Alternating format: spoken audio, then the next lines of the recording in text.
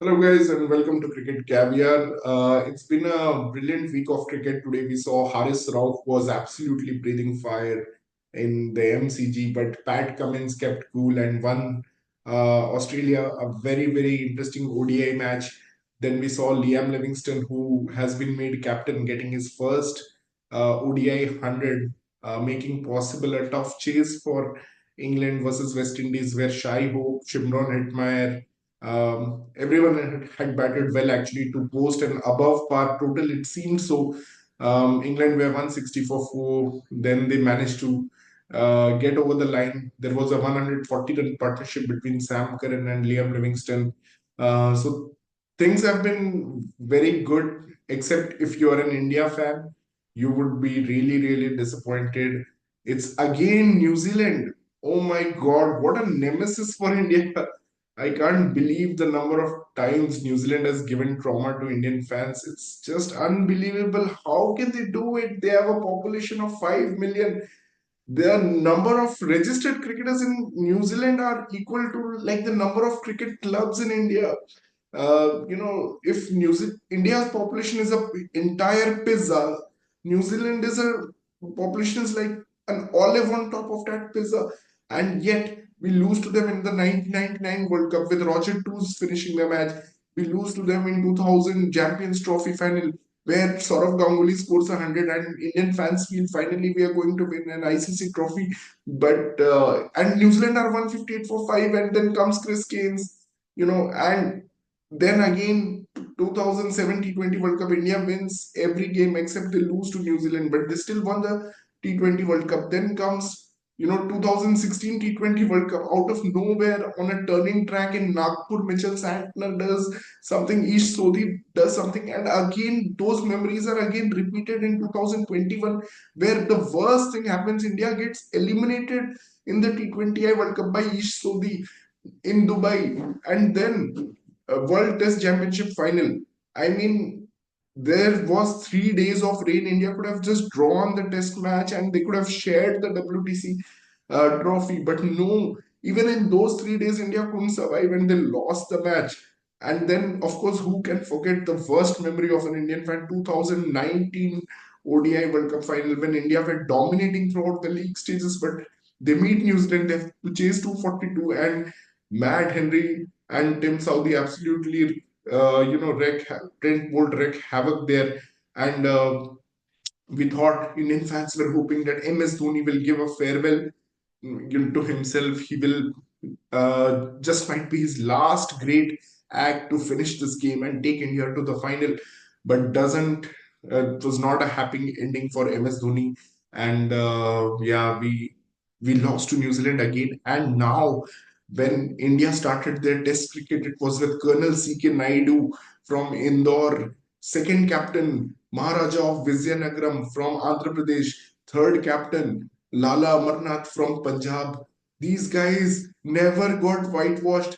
Richie Benaud came with his Australian team, which had remnants of Don Bradman's Invincibles. Clive Lloyd came with his four horsemen pace attack with Michael Holding, with Joel Garner, with Malcolm Marshall. Even they couldn't whitewash India. Australia came with its greatest of all time team with Shane Warne, Glenn McGrath, Ricky Ponting, Adam Gilchrist, Mark and Steve Waugh. Even they couldn't whitewash India. Yes, we did have some series losses, but there was no whitewash.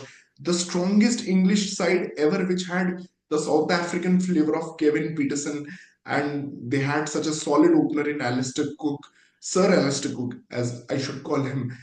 And they had Monty Panesar and Graham Swan and James Anderson, and they had just conquered Ashes in Australia, which no England team had done from 1980s onwards. And even they couldn't whitewash India. It was India did win one test match and drew one test match.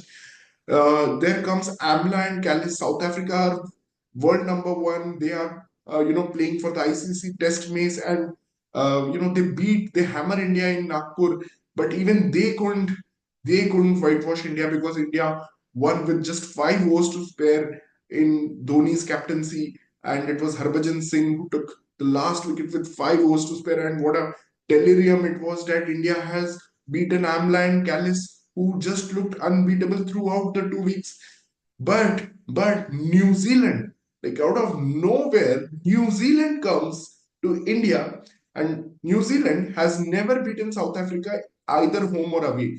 At the start of 2024, they get lucky because South Africa are gung ho about their SA20 league. They want to promote the SA20 league. They are pushing all the players in the SA20 league, and 2024 starts with a bang for New Zealand. They win series versus South Africa, their first ever series win versus South Africa, but it was not even South Africa's B team or South Africa's C team or South Africa's D team. It was South Africa's Z team which had come to play. But all credit to New Zealand. They did win. Rachin Ravindra scored 250, Kane Wlliamson scored 100, and they did win. But then what New Zealand does is they totally messed it up, man. And what they do is Tim Southee, being the selfish captain he just wants to play himself. He doesn't want to give chance to Neil Wagner. He forcefully retires Neil Wagner. He wants to play himself versus Australia. Yes, he brought a new seamer called Ben Sears and Willow Rourke. I'll give him credit for that. But definitely Neil Wagner was better than Tim Southee. Trent Bolt opts out of a central contract. He doesn't want to get into this mess with Tim Southee. And they lose a home series to Australia, where Alex Carey, who was himself cursed by Johnny Bairstow after that uh, infamous Ashes incident, let's call it that. And even that guy is scoring 98, and Pat Cummins is helping them when Cameron Green is scoring 100. So everything is going wrong for New Zealand. Even last year they lost a test match in Bangladesh where Glenn Phillips had made a debut as an off spinner, because he was never an off spinner earlier in his career. He was only a wicket keeper, and even in Bangladesh, New Zealand couldn't win the series. They had to draw 1-1. Then they traveled to Sri Lanka with a lot of hopes, and initially they seemed they could win a test match. They were fighting well, but then comes Kamindu Mendes. Then comes Prabhat Jasuria bowling a long, long spell of 40 overs in the first innings and 30 overs in the second innings. 70 overs, and Sri Lanka managed to win there. And they absolutely decimated New Zealand in the second test match. And we all thought, and there was elections going on in Sri Lanka. So Sri Lanka actually players traveled for the elections, and then they came back and they still won test series. And India were beating Bangladesh like anything. They were beating Bangladesh within 2 days. Bangladesh had just come after beating Pakistan, and they had found a new pace attack, and people were saying that India might be under pressure because there's a good pace attack plus there's a good spin attack. Shakib Al Hasan may be playing his last series because there are some political things going on against him in Bangladesh. There's a lot of things are going on, and India hammers Bangladesh 2-0 thanks to the lower order again, which has been saving India since forever. Like, man, it's all been Rishabh Pant, Ashwin, Jadeja, Shardul Thakur, Washington Sundar, sometimes even Jasprit Bumrah and Mohammad Shami. I mean, these guys even save India and save the top order actually, because the top order has been totally, top and middle order has been totally absent since the last 4 years. But India think that they will give a competitive track to New Zealand, because actually what I thought was India themselves were afraid of spinning tracks, because you see what has happened in the past when India last lost a home series to England. Monty Panesar and Graham Swan actually outbowled our spinners. Our batters were, aging, like Sachin Tendulkar was playing that series, VVS Lakshman was playing that series. They both were aging, and their reflexes were not good enough to cope up with the turning ball of Monty Panesar and Graham Swan, and they lost the series. Kevin Peterson swept his way. Alistair Cook swept his way to hundreds, and they won that. England won that series. Since then, if you see, there again started a period of home domination under the captaincy of Virat Kohli, and partly MS Dhoni also in the start, where MS Dhoni's team actually hammered Australia 4-0 just after that England loss. and so many things were going on. India kept winning, but when did India lose? If you see, it was the really raging turning tracks, and the first defeat actually came versus Australia in 2017 in Pune. If you see that match, it was Steve O'Keefe. Nobody even knew him in Australia, but Steve O'Keefe managed to give Australia a victory in Pune, and India could have lost that series. They were under immense pressure, but it was the grit of Indian cricketers who Ashwin pulling up sensational victory of in Bangalore, defending just 184 runs. The fighting spirit was unbelievable. Then you come to the last year's Border Gavaskar Trophy. India again created those spinning tracks, and they could have lost that series. I'm telling you, they could have lost that series if not for Aksar Patel. Couple of 70s very crucial in Delhi and Nagpur, and then India went on to lose in Indore, and you wouldn't believe who is the bowler to take a fifer. It's Matthew Kuhneman. I mean, no one knows him in Australia. He's never probably going to play another test for Australia. And then, England comes and they are like, we are going to baseball India. And first test match, it's a turning track. And what happens in that turning track? Ollie Pope absolutely reverse sweeps, reverse ramps, slog sweeps, does all kind of sweeps, and India lose the first test. Similar to how Matthew Hayden had actually beaten Adam Gilchrist, and Matthew Hayden had played in the Mumbai test of 2001, and India had turned around that series with Dravid and Lakshman and Harbhajan Singh. And similarly, India this time turned around the series with Yashasvi Jaiswal playing brilliantly. Shubman Gill also played well, but under the shadow of Yashasvi Jaiswal. Individually, he was not that great, but it was very flat tracks that were given, batting friendly tracks. Even Ben Duckett actually scored nicely. A lot of England players got good amount of runs. Joe Root got couple of 80s. So it was clear that India were not good on turning tracks, because in the first test match, Ollie Pope actually decimated Indians, but it was Tom Hartley who took a lot of wickets. In fact, their main spinner, Shoaib Bashir, couldn't get the visa to India, and so they had to play Tom Hartley along with Jack Leach. And Tom Hartley took 7 wickets. And if you see this pattern, Steve O'Keefe, Matthew Kuhneman, Tom Hartley, these are the left arm spinners that are getting the wickets for you. You can say that India is weak against spin, and they can lose to any random left arm spinner in India. And they should have been very careful. They were setting a trap for themselves. After, okay, you have given a fast bowler's pitch to New Zealand, you know, you don't want to give a spinning track, but you changed the entire thing when you said that we will lay out a spinning track in Pune. And I knew it was going to be India's downfall. And Mitchell Santner just came, who has never even picked a four for in his career. He came and he picks 7 wickets in the first innings. Probably India thought, why not let's practice for Australia and make a fast bowling pitch in Bangalore. But after that, they were like, no, no, no, let's focus on winning this series.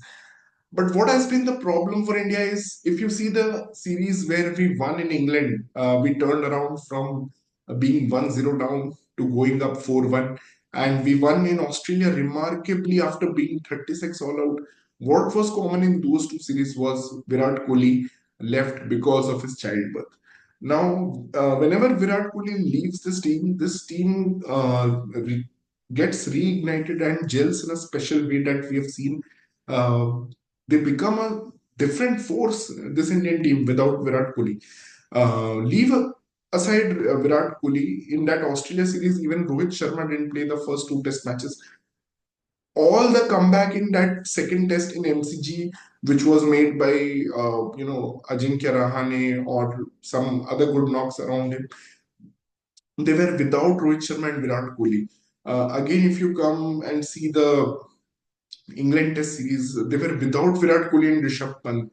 So every time India has actually stood up and made a comeback, it has been without Virat Kohli. So, is the star culture, really affecting the team morale? Because I think it does, because cricket is such a team game. Suddenly, you saw Tom Latham absolutely transforming this New Zealand team where everyone was just playing for the team. Everyone had that hunger of winning. They are not very skilled cricketers. I heard someone was saying on the TV that a bowler like Ajaz Patel can be found in every street of India. So if you're saying that, then that means okay, Ajaz Patel is, you don't consider him as a skilled bowler, and he's winning you test matches. And he's whitewashing you. Mitchell Santner has never picked a fifer in his entire life. He's picking 7 and 6 in back-to-back innings. I mean, what do I say? So, Rohit and Virat, they add a lot of baggage to Indian team. I do feel they drag us down sometimes more than they lift us. And yeah, people will give me examples of ODI and T20 cricket. Not relevant. Test cricket is a different game in itself, and it really tests you. That's why it's called Test cricket. It's a really different game, and it's a totally different format from your white ball formats. Coming to Rohit Sharma, he's been good in tests, to be honest. In that Australia home series where Akshar Patel saved us, Rohit Sharma's knock was as important in the first series. Versus England, he got 100 in Rajkot. He was lucky there to get 100. But apart from that, it was mostly Yashasvi Jaiswal, mostly Jasprit Bumrah, mostly Kuldeep Yadav, who did a lot of the bulk work. But Yashasvi Jaiswal's big knocks in that series actually tapered over the cracks, that had developed in Indian cricket. We were not able to play spin. Even other batsmen apart from Yashasvi Jaiswal in that series, if you leave out, Yashasvi, Dhruv Jurel, and Sarfraz, they were absolutely poor in that series also. I know Jadeja got 100, but again, it's all about Jadeja, Ashwin, Washington Sundar, Shardul Thakur, Shami, Bumrah, all these lower order guys, even Jayant Yadav in the past, all these lower order guys only help India out. Earlier it was, we were expecting Umesh Yadav to hit some sixes, or I don't know why. I mean, why does this happen? How long are you expecting Ashwin and Jadeja to save you? Yes, they give a bonus to you in batting, but they're not your main batsmen. You can't blame them for this kind of loss. They've saved India enough in their life, and you had to get exposed this time around, and you've gotten exposed so badly to pace in Bangalore and spin in Pune and Mumbai. I mean, Will O'Rourke and Matt Henry, what they did in Bangalore, 46 all out, 46 all out. That's big, man. That's really huge, getting 46 all out. Bangalore, oh, come on, man. I mean, yeah, the pitch was spicy. You played three spinners on that pitch. I mean, how wrong can you go in reading a pitch? Then you dig a hole for yourself by making a spinning track. You know you're not going to win on spinning tracks. You should have just played on normal cricketing tracks like you did against England. You didn't do that. I don't know what happened. It was totally brain I so much liked, of course, Ravi Shastri was a brilliant coach. He gave a lot of fearlessness to Indian team. He won in Australia, but even Dravid was so sensible in terms of all the planning and all the selections that he did for that England tour. England tour of India, and somehow Gambhir is totally clueless. He's not. He labeled himself as a brave coach. I'm going to do this and that. He's not doing that. Anyway, guys, I always told you that Indian cricket. The main problem is, you know, there is a star culture. And the star culture is not ending with Rohit and Virat Kohli. It is now going to Shubman Gill, who is demanding positions to bat. He wants to bat at number three. He was given number three. That's after two failures in two of the most important matches in Indian cricket history. And that was the WTC final. He opened in both the games. You know, KL Rahul, they are yet to assess whether he's a white ball cricketer or a red ball cricketer.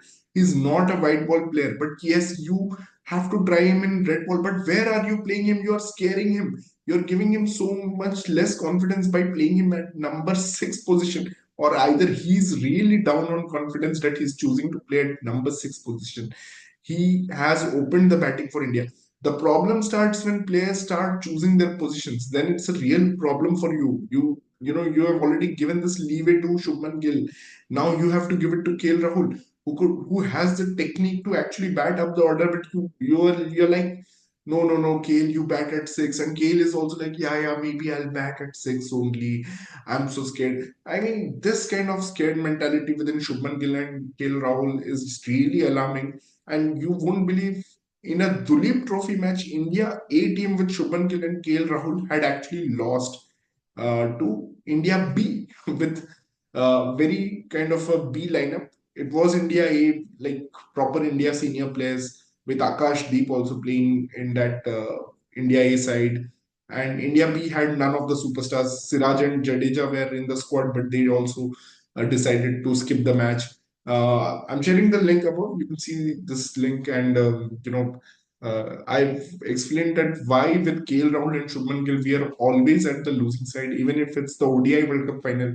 T20 World Cup finals, both Shubman and KL Rahul were not there. But now we dropped KL Rahul, we brought Washington Sundar. Okay, so we dropped one by two of the problem. We are still not addressing Rohit and Kohli right. But you always depend on Ashwin to win your games in India. Just one off series in the 12 years of cricket he has played, he has won so many player of the series in India. Just one off series, and you couldn't cope up. Jadeja was absolutely listless in the first two tests. He came back well in third test. But third test, honestly, it was totally down to the batting failure. Even Washington compensated for Ashwin's misfiring, but the batting was just, if you see New Zealand batted well in Bangalore, they actually crossed 300 there, and they batted well in the second innings also, because if you see now, India had to chase just 147, and they were 28 for 5, but New Zealand lost just one wicket, and they stabilized their innings and chased 107 without major hiccups.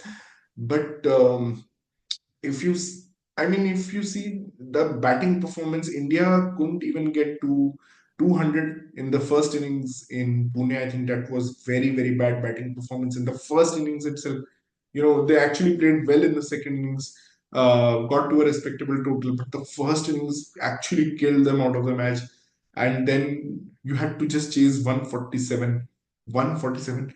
Rishabh Pant has been saving India for so many times, but we lack that finishing instinct, the killer instinct.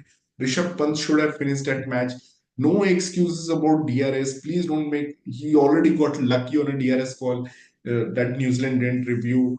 When he steps out, he should have just gone for the shot, man. Exactly what Rohit Sharma did in the second innings in Pune. He just came out with nothing, and you just call that. Don't call that intent.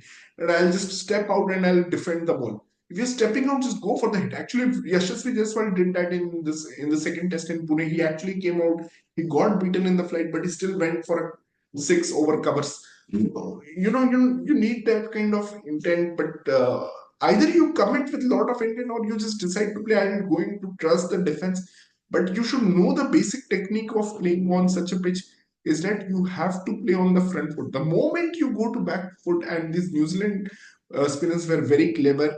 No matter if Mohammad Kaif calls them street level bowlers, if India, they were very clever with their pace variation. They actually fired in the ball. If you're going on the back foot, they actually fired in short and expected the ball to stay low. And it was LBW. So many batsmen getting LBW. Even Rishabh Pant in the first innings, that partnership was going so good, and gets LBW to who? Ish Sodhi, who just came for this test match to pick that one wicket. I mean, unbelievable. Unbelievable. And the way people got out to Mitchell Santner on the back foot in the first test match, so many people. To Glenn Phillips, they got Rishabh Pant in the second test. He was, playing cross-batted shot on the back foot. If you have to play cross-batted shot, it has to be on the front foot. You have to sweep or reverse sweep. That's how Tom Latham and Devon Conway played in Pune. In Mumbai, it was slightly a different kind of pitch with more bounce, so they understood we have to play a bit differently. They didn't go for the sweep. They actually, played quite intelligently. Daryl Mitchell, who has been the main losing factor for New Zealand, because he always, plays a lot of knocks in the losing cause. If you see 2023 World Cup, the only World Cup where we dominated New Zealand, it was both matches where Daryl Mitchell scored 130 plus. So it's incredible. It's incredible what New Zealand has done. So many years of cricketing history for India. Our batsmen or our spinners, or maybe Bumrah or someone like Bhuvneshwar Kumar in Dharamshala versus Australia, or Umesh Yadav with the reverse swing, or Mohammad Shami with the reverse swing. A reverse swing was not even a factor in this test match because the ball never got too old. You are playing such quick and lightning paced test match cricket. Both the games actually got over in 3 days. I mean, it's unbelievable that India managed to lose two test matches within 3 days. So I don't know what to say. Many congratulations to New Zealand. They absolutely backed their limited ability and played like a team. They didn't believe in star culture. They didn't have Kane Williamson. They didn't have Trent Bolt. They didn't have Kyle Jamieson. They didn't have Neil Wagner. They didn't have Henry Nichols. A lot of players, who were part of that 2021 WTC finals. Tim Southee was not there for the last test match. Anyway, he was being selfish in that Sri Lanka tour, and before that, the Australia tour. Deservedly got dropped. But yeah, it's been incredible week and will go down in history books. I could digest a series loss to Monty Panesar and Swan. I could digest a series loss to Shane Warne and Glenn McGrath in 2004 and Damien Martin. I could have actually digested a series loss to Steve Waugh. It didn't happen, but if it would have happened, I could have probably digested it. I could have digested a series loss to, it did happen. We lost a series to Clive Lloyd at home. I could have actually digested a loss to Mutay Muralitharan. It never happened. Could have digested a loss to Shoaib Akhtar or Wasim Akram. But now losing to Ajaz Patel, born in Mumbai, uh, you know, he has already taken a 10 wicket in an innings in Mumbai, and that was in a losing cause. Imagine taking 10 wickets in an innings in losing cause, and then you are taking 5 and 6, and that is in winning cause. So I don't know what to say. Shreyas Iyer was a good pair of spin. India faced a similar situation in Bangladesh in Chattogram 2 years back, where Ashwin and Shreyas Iyer pulled India out of that hole in Chattogram. They were 40 for 7, 50 for 7, and they chased 145. And this time also Rishabh Pant almost did it. Dhruv Jurel actually did it in Ranchi, where India were 50 for 5, chasing some 190. So Dhruv Jurel actually pulled India out of the hole. So many of these players have been pulling India out of this hole, and the entire team is getting lucky because of few individual performances. They're not playing as a team. You can't be 28 for 5. You can't look puzzled on a turning track at your home. Anyways, you're going to look puzzled when you go to Christchurch and you're going to get 105 all out or something. Okay, you lost to a South African team where Gerald Coetzee was, I think, making his debut. Nandre Burger was making his debut. You got lucky there because South Africa did a similar mistake as India, and Rohit Sharma and Dean Elgar was the captain there. He also batted first on a wet kind of pitch in Cape Town, and you were lucky to level this series 1-1. You could have lost 2-0 to a very, very inexperienced South Africa lineup where even Rabada, I don't think Rabada was playing that series. Lot of inexperience in the batting. You had Beddingham, except for Dean Elgar, there was no one there in that batting lineup. Not even the hero of last time South Africa beat India in South Africa, it was Keegan Peterson. Even he was not playing. You still didn't win that series. Uh, and man, it's been tough week. All this years of underachievement after winning 2011 World Cup and 2013 Champions Trophy. The last 11 years, I mean, if you see, it's been massively underachieving. I mean, all that domination in GABA, winning test matches in Australia, one of the greatest moments of Indian test team didn't count for anything because you lost WTC final at Lords to Australia and at the Oval actually. It was at the Oval to Australia. And this time, the first time WTC final is going to be at the Lords. You're not even going to be part of it. And I mean, it's impossible now to win 4-0 in Australia. And you are right. And you could have won normally 4-0, but right now you're under immense pressure to go there and win 4-0. You have to be on the ball from day one, session one. You have to try to win every session. It's going to be incredibly tough against a team like Australia. Look how they fight back. The entire team collapsed, but Pat Cummins stood for the fifth of the sixth time. I mean, he's as good a finisher in Test match cricket as maybe Michael Bevan was in ODI cricket. Even in ODI cricket, like Pat Cummins has been standing with Maxwell, with Mitchell Stark, with so many others and finishing games. World Cup semi-final, he was there with Mitchell Stark. He was there with Pat Cummins versus Afghanistan in that impossible victory in Mumbai. He's been there with Nathan Lyon in that Ashes close finish. He's been with Alex Carey versus New Zealand. So he's been there in so many moments, and you have to take on a team like that and you have to beat them 4-0 when the leader is supremely cool and composed personality, has won everything that he has touched till now except the T20 World Cup, probably. So it's going to be a tough ask, and yeah, man. Totally emotionally sapped after the series. But let's see now. Sri Lanka, South Africa series becomes very important. South Africa, no one expected South Africa to beat Bangladesh 2-0, but they absolutely hammered Bangladesh out of nowhere with Rabada on fire, with Vian Mulder doing some very good all-rounder things. You had Senduran Muthuswamy coming up from nowhere after he last played versus India in India. He suddenly comes up and plays very well. You had Maharaj taking a five for, all these young batsmen, Tristan Stubbs, Tony DeZorzi scoring hundreds. So, and they have won 2-0, and now they have a great, great chance to, if they can beat Sri Lanka. But Sri Lanka, remember, Sri Lanka had won in South Africa. In fact, they are the only Asian team to win a series in South Africa, and they could spring a surprise if South Africa throws another lottery track that they just threw at India and Cape Town. If that happens, I'm quite sure, like what Sri Lanka did in England with Kamindu Mendes, Dhananjay De Silva, and Pathum Nissanka, that can be done in South Africa. They don't need Kusal Pereira every time to win in South Africa. But yes, they will need some good performances from Lahiru Kumara, Vishwa Fernando, and Sita Fernando. I don't think Prabhat Jasuria is going to play there. But it's really interesting now. New Zealand can actually win in versus England and be there. So a lot of interesting things, lot of shifts happening in this week of cricket with a major, major upset, probably the greatest in cricketing history.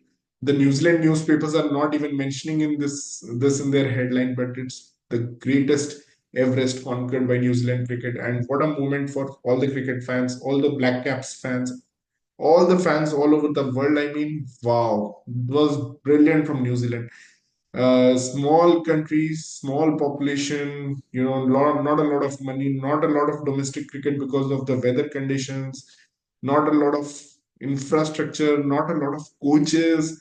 Will Young's coach is someone who has migrated from Kolkata. Actually, he's from Calcutta. He has migrated to New Zealand. There was no cricketer who had played international cricket from where Will Young comes from, Tarnaka region, and he comes from there. He plays absolutely brilliantly. He's so organized, he's so patient, he's so trusting his defense and playing spin so comfortably, riding the bounce.